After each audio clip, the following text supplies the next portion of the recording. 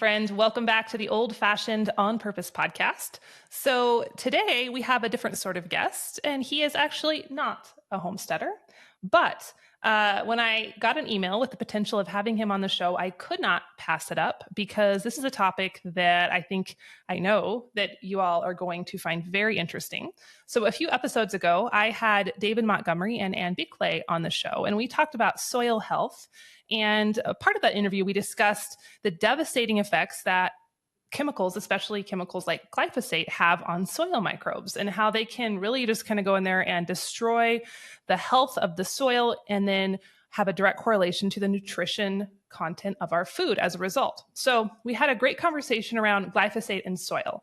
But my guest today is going to take us into a different realm in terms of the effects of glyphosate on the human body.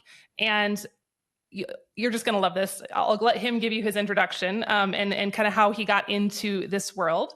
But his name is Dr. Chadi Nabhan. He is board certified in internal medicine, hematology, and medical oncology, and has firsthand experience here because he was called in to be an expert witness in the 2018 Monsanto Trials. So this is a behind the scenes look like no other. Buckle up. This is going to be an amazing episode.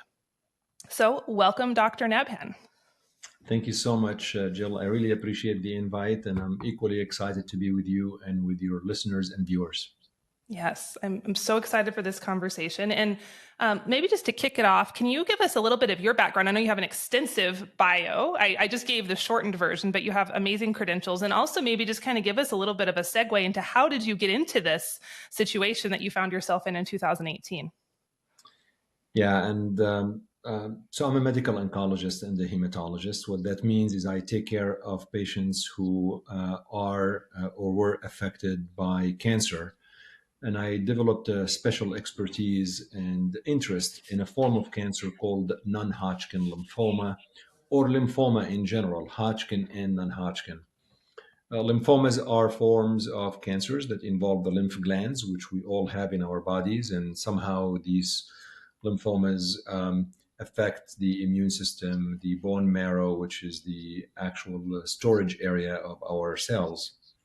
And there are so many types of lymphomas that exist. We have learned over the years the different types of lymphomas. Now, as you mentioned, I'm board certified in internal medicine, in hematology, and in medical oncology. And I've practiced, took care of patients for close to 20 years. I since left the University of Chicago, and I currently work leading research efforts at Caris Life Sciences, which is a company that really focuses on molecular profiling, look at cancer tumors and whether there are particular mutations or targets that we could treat patients against. I have never done expert witness work. This is not something that I actually liked to do or I wanted to do.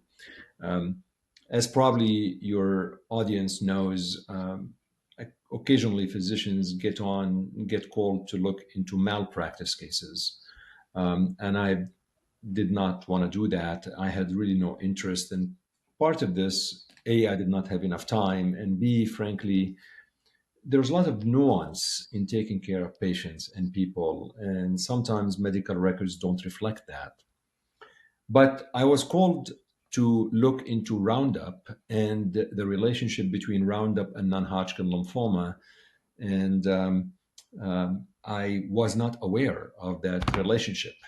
I was intrigued by the possibility because I've always seen Roundup all over the place in Walmart, Home Depot, anywhere you go to. And I thought to myself, is it possible that there may be a relationship? And if the relationship is really indeed there's a lot of implications for that. So I've agreed to review the evidence, look at the literature, and after I did that, I agreed to serve as an expert witness on behalf of the patients that were suing Monsanto, the company that manufactures and sells Roundup, alleging that their cancer, which was non-Hodgkin lymphoma, was caused by their spraying. And I testified in the first three cases against Monsanto. One was in 2018 and two were in 2019. How many patients were a part of those lawsuits?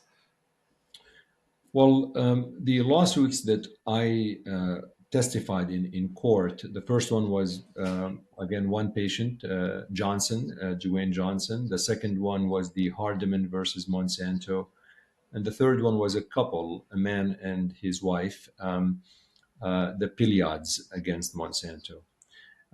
I did testify recently in another case, uh, but this case is not concluded yet.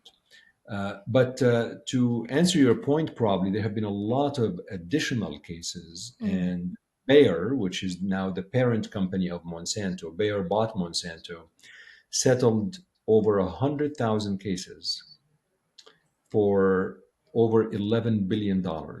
It's considered one of the largest product liability lawsuits in US history. And there are other cases that were not settled. Either the patients did not wish to settle, they opted out of the settlement, or Bayer did not offer them the settlement, Monsanto. But there's over 100,000 patients that have been affected by lymphoma, and they were part of the settlement. This does not mean that all of these 100,000 cases obviously went to court, but just means Sure. there's a lot of patients that were involved. So 100,000, just to reiterate, just Over with the over 100,000, just with the lymphoma concerns. That's not. I mean, there could potentially be other health effects, but this was just around the lymphoma issue.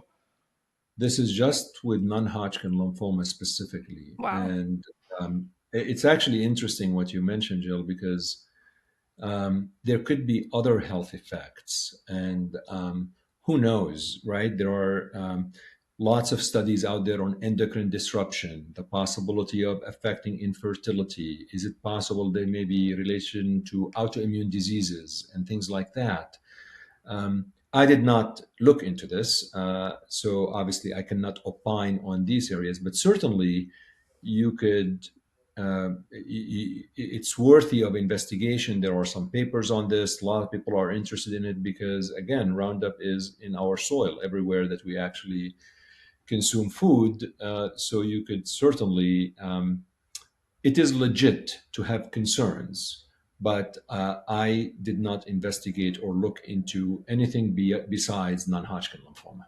Yes, that makes sense because that's your specialty. So that's I Right. understand that's why you'd be called in. Yeah, and just I think I'm almost positive that most people listening to this are familiar with Roundup because it's so ubiquitous. But just in case you aren't, it is a herbicide that you can buy at Lowe's or Home Depot or any garden store or Walmart, and they also use it in commercial farming. And so it's probably one of the most common herbicides, and it's purported to be safe, safe, safe, safe. They say all the time, it's so safe, don't worry about it.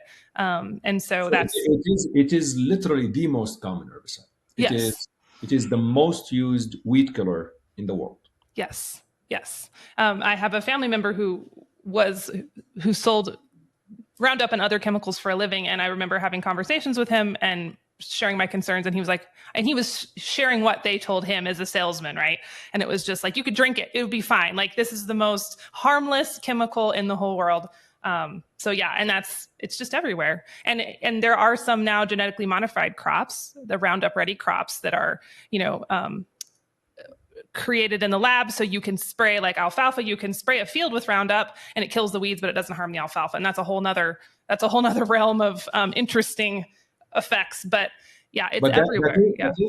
that is why the use of Roundup just skyrocketed in the mid 90s, because that's really, to your point, that's really when Roundup Ready seeds became available. So the Yes. farmers now are not concerned anymore. They can actually spray on corn, on soybean, on alfalfa, and then they can still harvest, and it doesn't really affect their harvest. So the use of Roundup in the mid 90s, when Roundup Ready seeds became available, skyrocketed. And guess who manufactured the Roundup Ready seeds? Monsanto, right? There you go. Yes. There you Yes. go. Yep. So they have the Roundup and the Roundup Ready seeds, Yes. and it's perfect, right? I mean, It's perfect. you Yeah. sell the weed killer and you sell the seeds, and all of this, and the thing is, you're actually absolutely correct. The salespeople and a lot of people who used it, they were under the impression that you can actually drink it. Oh, yes. Yes. Like it is so safe. Yep. And maybe the cynical person in me, let's just make sure every employee of Monsanto drinks it. Yeah. That's fine. Right. Yep. Let's see. Yep. Put your money where your mouth is. I Yep. mean, show me, Yep. drink it in front of me. Yep. Yep. Totally. So that brings up a great question of what did the exposure look like with these individuals? I know there's a huge number, but the ones that you were in contact with, how much exposure did they have to start to have this non-Hodgkin's lymphoma concern? Because I mean, obviously, not every single person who's used Roundup ever in their life develops lymphoma. No, So there's got to no. be some variables there. What did you find those variables to be? Good question. And I could tell you that, and I've said that, I've testified this on the stand and in depositions that nobody will ever claim that every person who sprays Roundup is going to get cancer or non-Hodgkin lymphoma. And we also never said that all non-Hodgkin lymphomas are caused by Roundup. What Right. we are saying that Roundup could cause non-Hodgkin lymphoma in some patients who are using it. I think what I became convinced with after reviewing the evidence and after reviewing the literature is that there's something called dose response. What that means is the more you use a product, the higher the risk of developing the non-Hodgkin lymphoma. It's intuitive, right? I mean, if I think it's the more you use of a harmful thing, the more likely you might get affected by this. What I think we don't know is what is the minimum safe or maximum. Like, I don't think the literature is very clear on that. There were a couple of papers that suggested if you use it more than 10 days in a lifetime, your risk of developing non Hodgkin lymphoma could double. Now, this doesn't mean, again, your risk doubles, but it Yeah. doesn't mean it's certain, but the risk increases. And there was a paper that was also looked at the yearly use, and they suggested more than 2 days per year will actually increase the risk. Mm. Um, so I think for your audience, probably the conclusion is the more use, the higher the risk.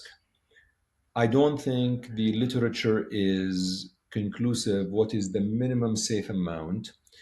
But what we probably should mention, it's important to use protective attire because the way Roundup works is it gets absorbed through the skin. Yes. Roundup, as you mentioned, Jill, the main ingredient is glyphosate. It is usually mixed with surfactants. Surfactants are these materials that lead to increased absorption through the skin, but the reason it's used so it could adhere to the soil and it just like could be actually on the weeds, could attach to the weeds and be able to kill the weeds. And there's some water and other ingredients.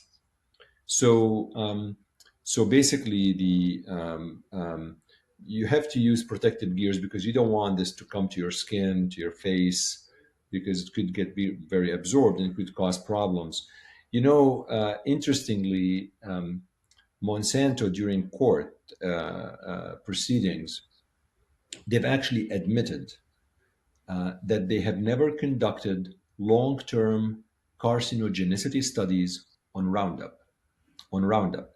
So carcinogen studies is basically deciding whether the product could cause cancer. But they always say we have done studies on glyphosate, but they're very Mm. careful of saying we haven't.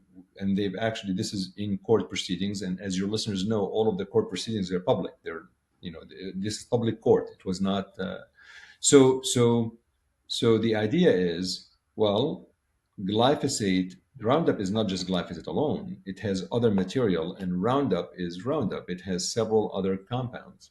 So by saying you have not done long-term carcinogen studies on Roundup, you really can't tell. And Donna Farmer, who is one of the toxicologists, who is a big defender of Roundup, she works Mhm. for Monsanto. She is articulate and a good speaker, so she has been coached very well, I would say.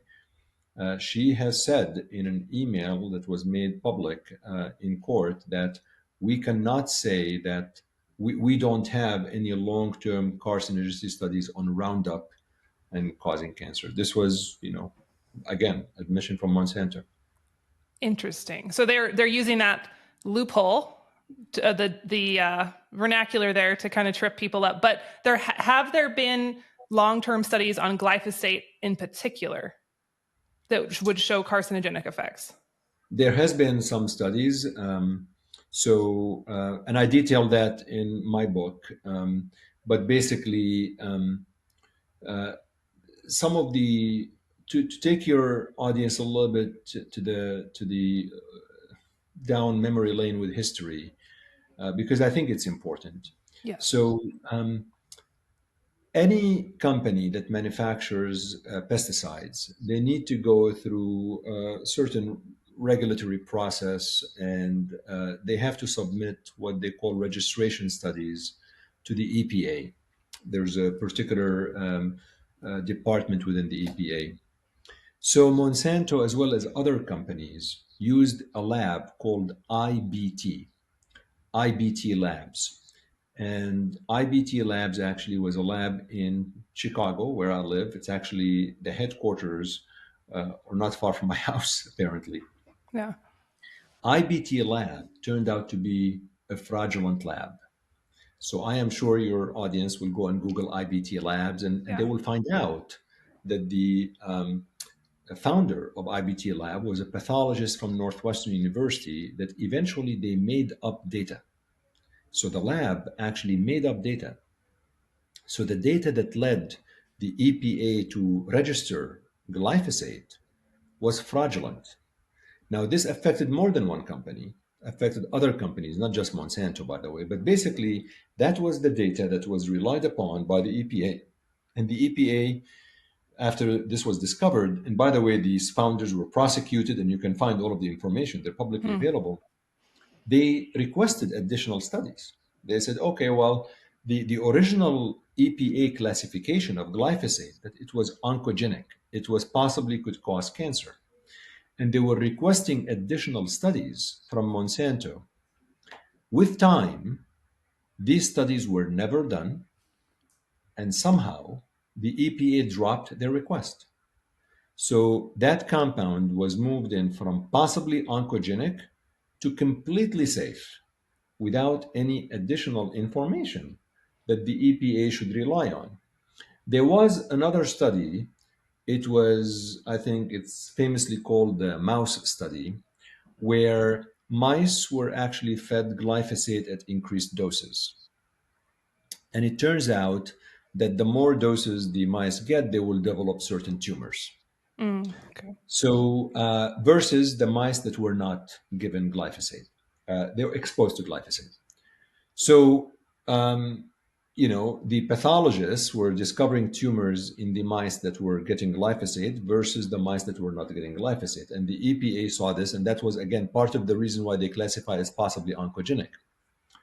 Monsanto protested these findings, and they said, well, we don't really believe that this is the case. We need to hire our own pathologist who's going to look at the slides and look at the tumors, and he will find out that there were no cancer or there were tumors in the placebo group or whatever, in the mice that were not exposed.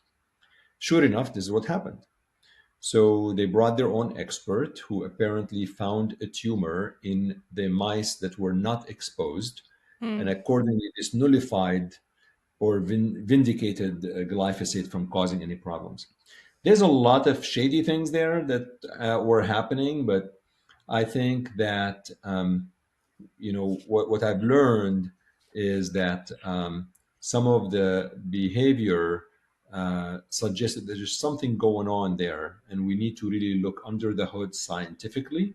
Yeah. And when you look at the science, you have look at the animal studies, you look at the mechanistic studies, like is there really mechanistic way by which glyphosate indeed causes problems and causes cancer, breaks the DNA, causes the chromosomes to be affected, and are there human studies? Is there any reason? And you put all of this together because science is not always straightforward.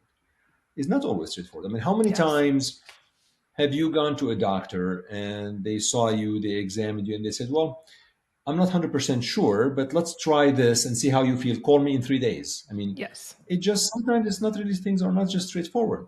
So when you look at the science, you have to really realize that let me just evaluate all of the information that I have. Let me look at the totality of evidence and come up with a conclusion. That is what's really important. So I just shared these stories with you because I think it's really important to put things in context as you look at the evidence. Yeah, absolutely. I think that's super helpful.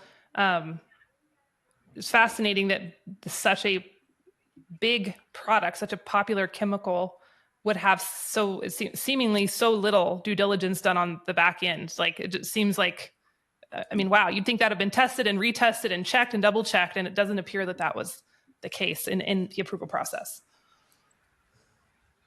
Yeah, I mean that the hope was that more tests is being done, but it's not. I think that the trials have led to few wins, and we can go through the trials if you want. But basically, there's a promise supposedly that Roundup will not be available in the U.S. markets for residential use. That if you are a pesticide applicator or a farmer, you can have access to Roundup, but Bayer issued a press release that they are going to withdraw Roundup for residential use from the US market in 2023. It's still there. We're halfway in 2023, Yeah. but that's what they said. But they said actually in their press release, and your audience could go to Bayer's website and they can see all of these, by the way. But in that press release, they did not admit any guilt. They Mm, said, we just want to do this because of litigation because it can minimize litigation. So that's what they decide to do. We don't know okay. what's going to be replaced with. We actually don't know. I think it's Right. important to know because you have to know it's going to be replaced by something worse. I Right. think we should know. And also, the EPA was asked by court. So the court, I believe the Ninth Circuit or some court, asked the EPA to re-review the evidence on glyphosate with the idea that maybe some evidence was not reviewed in a very methodical manner. So the EPA was supposed to do that and to issue a new opinion. We have not seen that as of yet. So it will be very interesting to see what the EPA review of the evidence will be. It was supposed to be issued in October or November 2022, but I think they're running behind. Sure. Yeah. That feels like it's interesting to me that they are, promising they'll take it off the market. That feels like such a huge deal for that to happen. I mean, we'll see. I'm curious to see if that actually happens. They're going to lose. I mean, feels like a lot of revenue if they do that. It feels like a big leap for them. So Yeah, but we'll see. remember, it's just for residential use. It's Just a a lot of residential. loss. Yeah. It's a lot of loss. You're right, but maybe replaced by something else they have that's kind Right. of overset over. But also, it still hasn't been removed despite all of these. But that's what we were told. Yeah. That's fascinating. What have we left behind in our race towards progress? That's the question that I set out to answer in my latest book, Old Fashioned on Purpose. It's no secret to people like you and I that something is rippling through humanity at the moment. More and more people are feeling pulled and called to cast aside the baggage of modern life in favor of something more meaningful. To me, an old-fashioned on-purpose life is an awakening. It's a remembering. It's a returning to what matters. And it's available to everyone, whether you have a homestead or not. So the book isn't out yet. It's going to hit shelves on September 26th. But if you pre-order right now, I've put together a kind of outrageous package of bonuses. There's a never-before-seen sourdough ebook. There's home dairy guides. There's printable wall art, a virtual meet and greet, all kinds of stuff. And you can get that right away. So if you want to check it out, get all the details, head on over to oldfashionedbook.com. You can see the cover. You can check out the bonuses. And I can't wait for you to hold it in your hands. All right, now back to our episode.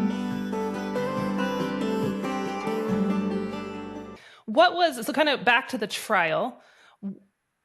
I mean, there's so many questions, and I know it was a big event, so I don't expect you to give us every play-by-play, but I'm just kind of curious because some of the highlights, like when you were in court listening to this, what was Monsanto saying to defend themselves?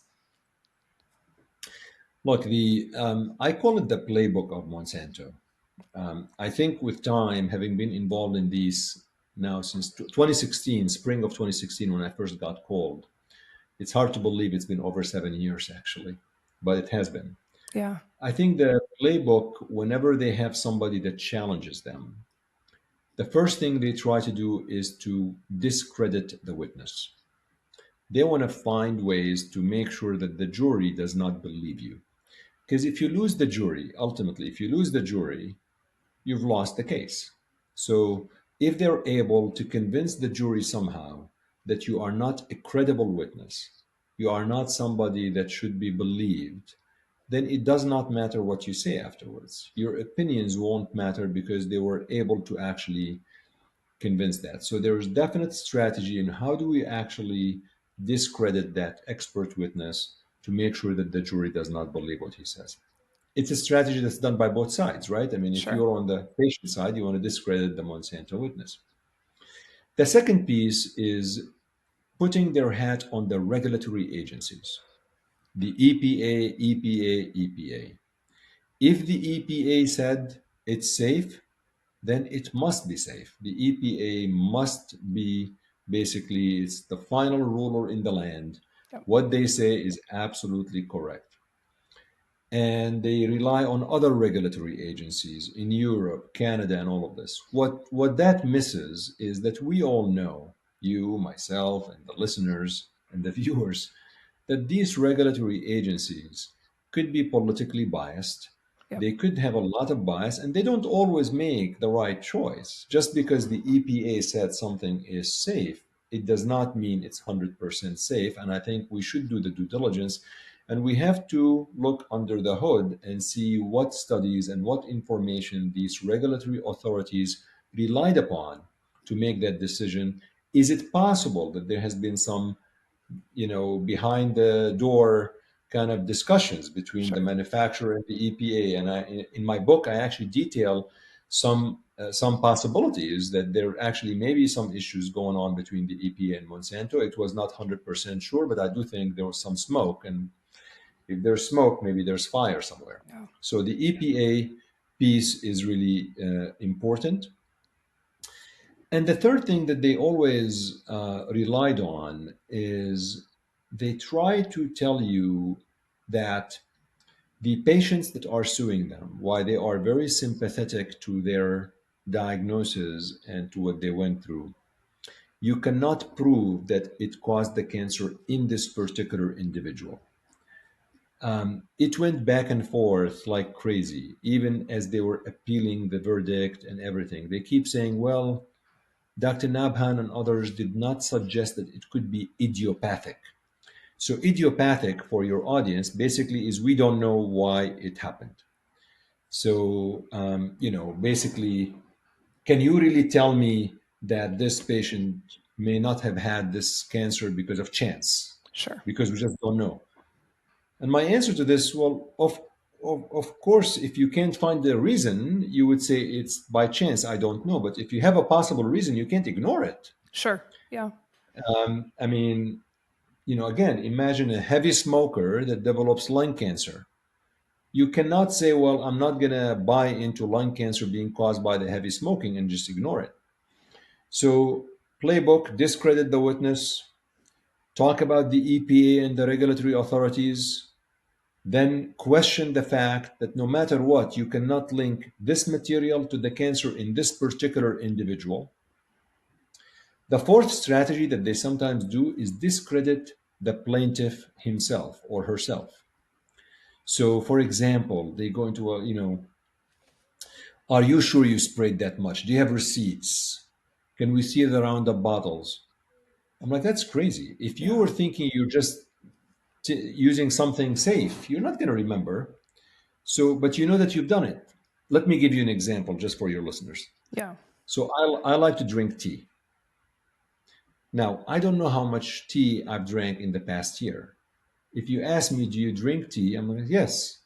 Do you drink tea every day? I may say, probably every day or every other day, but yeah, I drink tea.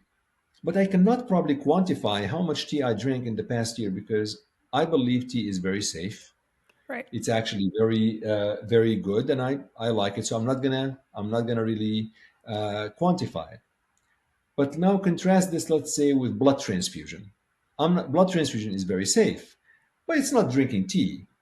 So you probably, if somehow you require a blood transfusion, you may notice that. I've gotten 3 times blood transfusion in my life because it's just not a usual event. Sure.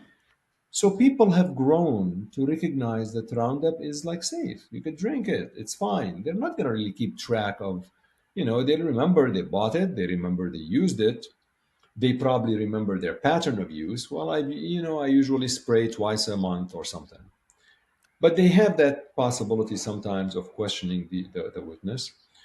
And then, I mean, there's like a playbook they go through methodically, and it's not easy to stand up to them, let me tell you. I imagine it was, yeah, that was quite the experience. Have you had any, how do I say this? I mean, you're in the medical field, and Bayer and Monsanto are related. And have you had any pushback from colleagues or those in your profession for standing up against them?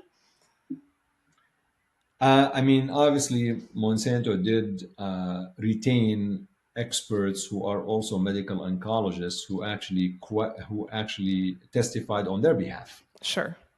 And I've always said, and I maintain that I respect these people. They are very well credentialed, and they are obviously very well respected in the field. They're probably way smarter than me. That's totally fine, but I disagree with them on that particular thing. Yeah. I don't see eye to eye with them, and so I respectfully disagree with them. There was no like real pushback in terms of, well, we're not going to talk to him, we're not going to communicate with him. That hopefully doesn't get to that, but I certainly do not agree with their stance. Yeah. Yeah. Well, I'm thankful that you were brave enough to stand up and say so. That's big. But it wasn't just me. I just want to make sure we give credit to a lot of other folks. This was not Chadi Nabhan. This is Yeah. really, there's a big legal team behind these patients, the patients who persevered, all of the questioning and all of the issues with Monsanto. And there were other experts that also testified on behalf of these patients. But I was the only medical oncologist. Yeah. Yeah. Were these patients, were they using Roundup in a commercial setting? Like, were they farmers, or were they just using it in a more residential situation? So the first case with Johnson against Monsanto, Johnson was a groundskeeper Hmm. in California. So he used it professionally. So he would spray the schoolyards, and he would spray 5 days a week, every actually week. Yeah. And he started spraying in 20 in 24 in 20 I forgot, basically 2 years before he was diagnosed. Okay. But he was spraying a lot. Yeah. He was spraying a lot 5 days a week, and he had several spilling events where he actually just completely hosed by it. Ugh. And he would go and shower, and he would tell you, and he actually gave a lot of interviews and testified. Basically, he took some classes as part of this to be hired as a groundskeeper, and they told him how safe it is. And what Johnson did actually, and I detailed that in the book as well, he actually called Monsanto when he started developing a rash on his skin, which turned out to be cancer at the end. Hmm. He called Monsanto because he couldn't understand why this was going on. So he actually did call the company, and his call was routed to a medical director who was in charge of responding to these concerns, and he never got a call back. I mean, you would think customer service 101 is at least call the person back and talk Yeah. to him. He never got a call back because he was very suspicious when this actually happened. And he actually used protection, like he would wear a suit and he would wear all of that. But it's very unfortunate. So this was this was in a professional setting.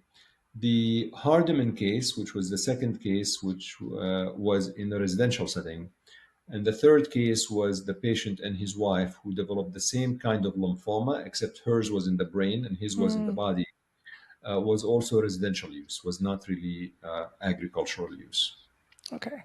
Man, when you have a husband and wife develop like that side by side, that seems especially suspicious. You know that there's a No, common no. And correlation. yeah, and you know what Monsanto did for this one? Because on the stand, what I said exactly what you did. Yeah. I said it's kind of suspicious when you have a husband and a wife that they live together, they develop the same kind of cancer, lymphoma. Yeah. It's common sense to ask what is the common denominator that both may have been exposed to. Yep. So Monsanto, in their appeal of that verdict, they tried to say, well, Dr. Nabhan is not relying on any evidence. He's saying it's just common sense. Oh, yeah. They even say that. Common sense And doesn't count.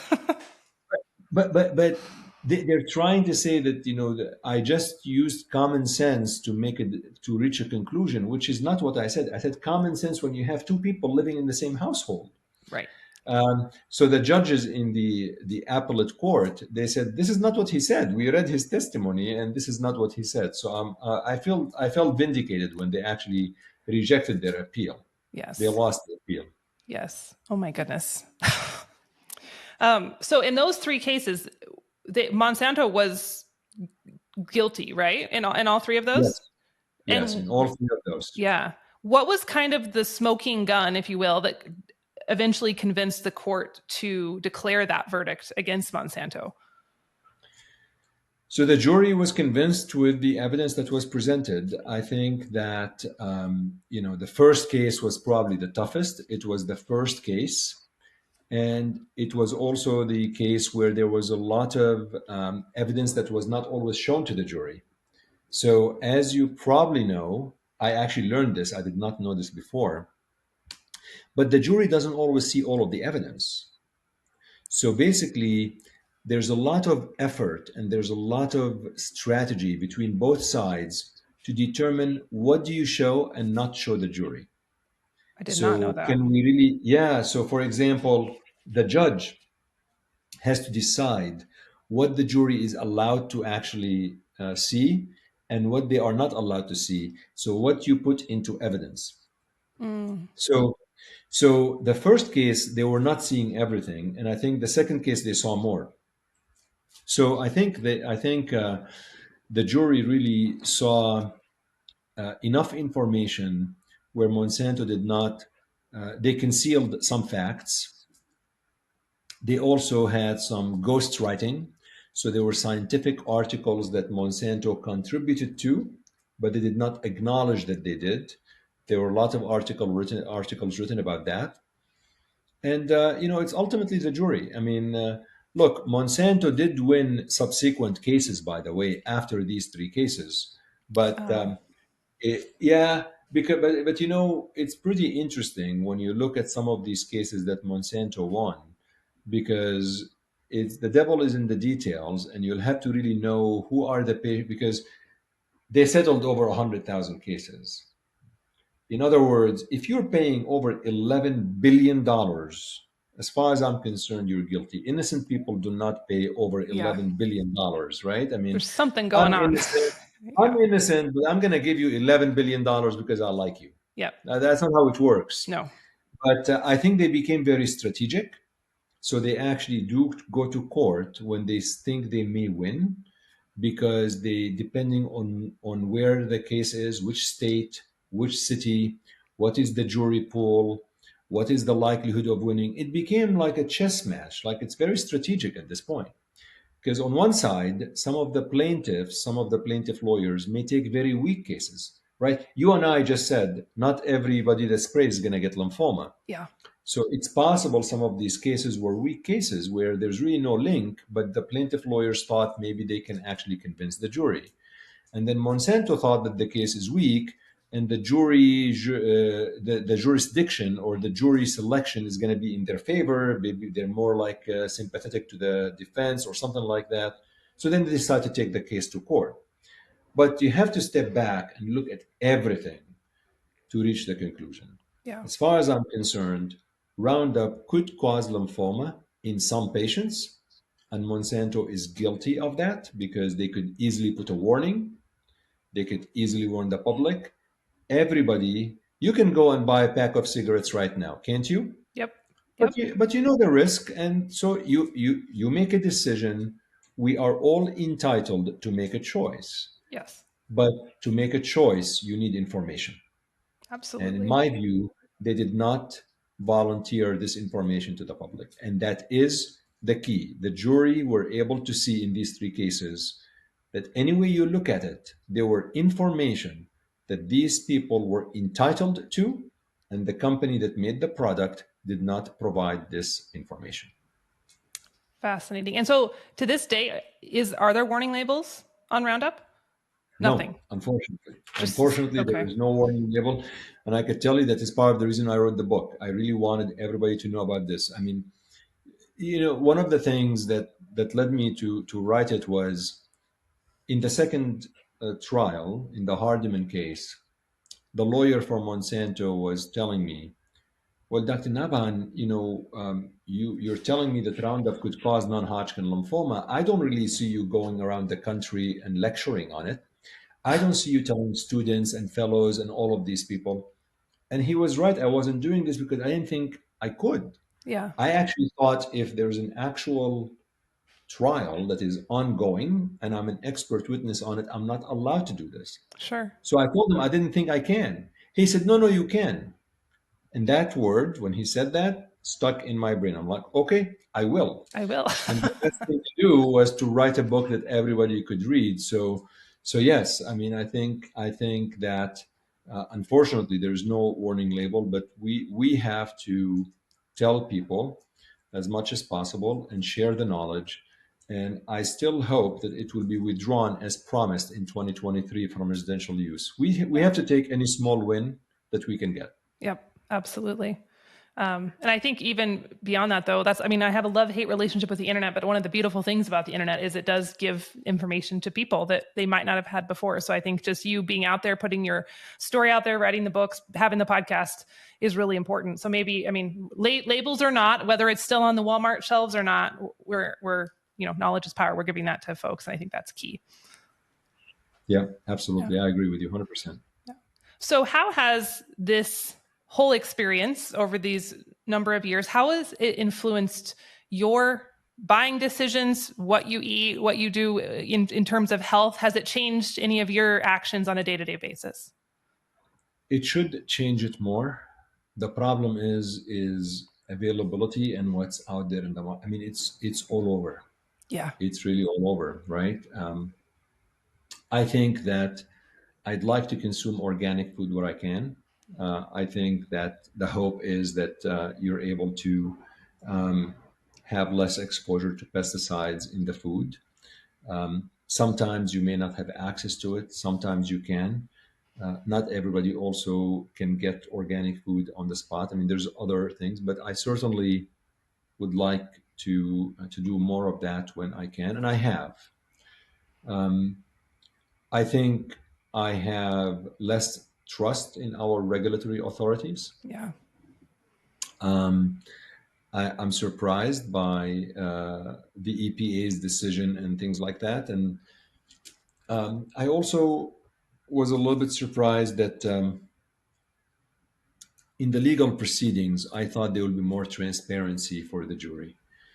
I always felt if I was in the jury box, you have to give me all the information Right. if you want to be truthful in making a decision. I did not realize how strategic is what is put into evidence versus not. But in terms of my behavior, is I think that the one thing I could do is really changing some of my diet to consume more organic food, and I have done that. But the problem in recommending this to everybody is because you and I know that not everybody can. Mm-hmm. So it's always challenging to be forceful and tell somebody you must consume organic food because, well, what if they can't? What I mean, Right. so we have to be sympathetic to the possibilities and to the availability. And aside from that, I remain hopeful. Maybe there is something else that could come to market where there's a herbicide or a pesticide that is safer. I mean, we deserve safer products to consume. Have not seen such a thing on the market yet, but Yeah. I hopefully research and science could get us that. Yeah.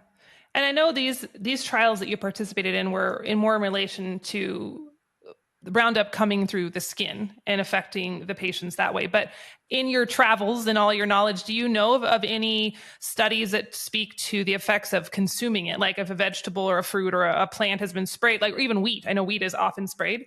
And then we take the wheat, we grind the wheat into flour. The effects of that on our bodies, is it as much of a concern, I'm assuming so, as going through our skin as us ingesting it? I think it's very possible. I think the studies that have been published were mainly through skin exposure and going through the skin. Mm-hmm. And is it and through spraying it? Is it possible that it is also causing again non-cancer stuff like we talked autoimmune Right. disease, other things? Yep.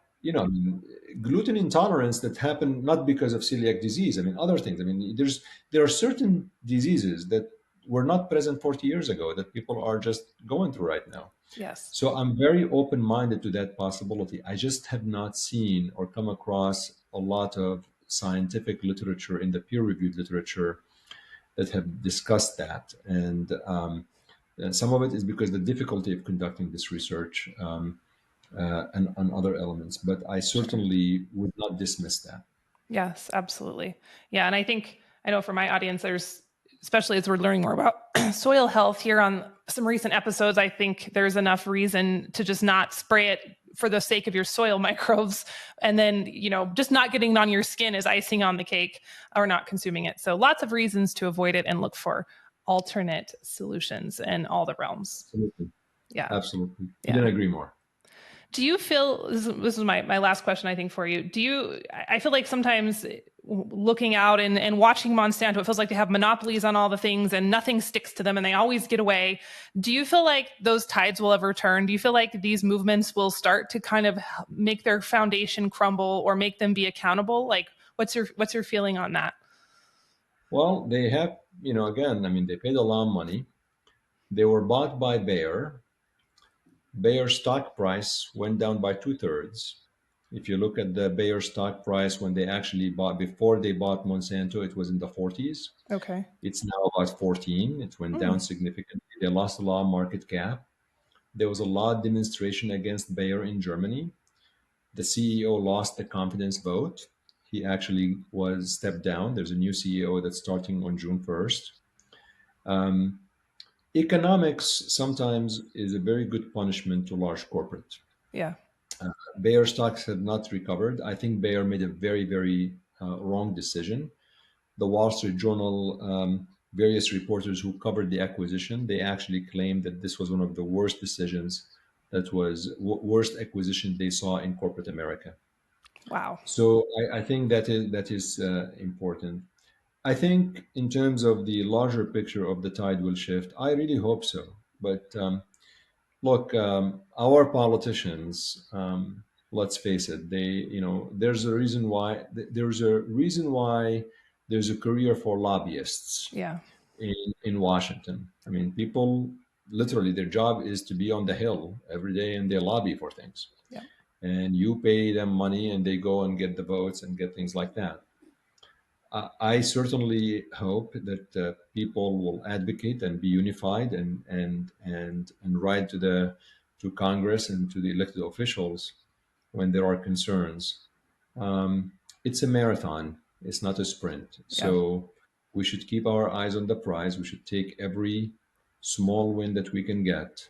Um, and I think we should the perseverance, just stay the course and see what happens. So yes, I am optimistic that the tide will shift. There are history will tell us there are many situations where we thought a corporate giant was not cannot crumble and they crumbled. Yeah. So we'll see. We'll have just to stay the course and see what happens. Yeah. Well, that's a great way to conclude, I think. Before we go, can you tell us a little bit more about your book? I know it's Toxic Exposure. Is that the title? Is that correct? Yes, it's called Toxic Exposure, the true story behind the Monsanto trials and the search for justice. Awesome. It is the book that depicts the story of the first three trials that I testified in. There's a lot of behind the scenes, lots of courtroom drama, depositions. I think it's a medical legal thriller, but it's actually a true story, and it's told in an easy way. It is not written in a medical language or a legal language, so everybody will be able to understand it. So hopefully your audience will check it out, and look forward to hearing from everybody what they thought and their opinions. Yeah, I will say I flipped through a digital copy and I was pleasantly surprised. I was thinking it was going to be really heavy in science, which is fine, but Well, I was like, oh, this is like a story. I'm like, this looks really good. it's So a I'm good excited story. to dive in. Yeah. And it's available anywhere books are sold, typical Anywhere. routes. Okay. Yeah, Amazon, Barnes and Noble, or through my publisher's website. My publisher, Johns Hopkins University Press. So Amazon, Barnes and Noble, Johns Hopkins University Press. There's a link to all of these on my website. They can go to Okay. my website, Yep. chadinabhan.com as well. We'll put And that in I've there. covered the book a couple of times on my podcast, Healthcare Unfiltered. My podcast, Healthcare Unfiltered, just captures various healthcare topics beyond just this one, but I did have a couple of episodes on it. Okay, excellent. We're going to put all that in the show notes so you guys can go check out the website and the podcast. Dr. Nabhan, thank you so much. This was such a privilege to get a behind the scenes look. And I hope people are feeling more inspired than ever to do the best they can with their diets and their organic mission, and, just keep on keeping on. So thanks for providing us that little extra motivation. Thank you. Thank you so much for your interest, and keep up the amazing work you're doing. Thank you so much, Jill.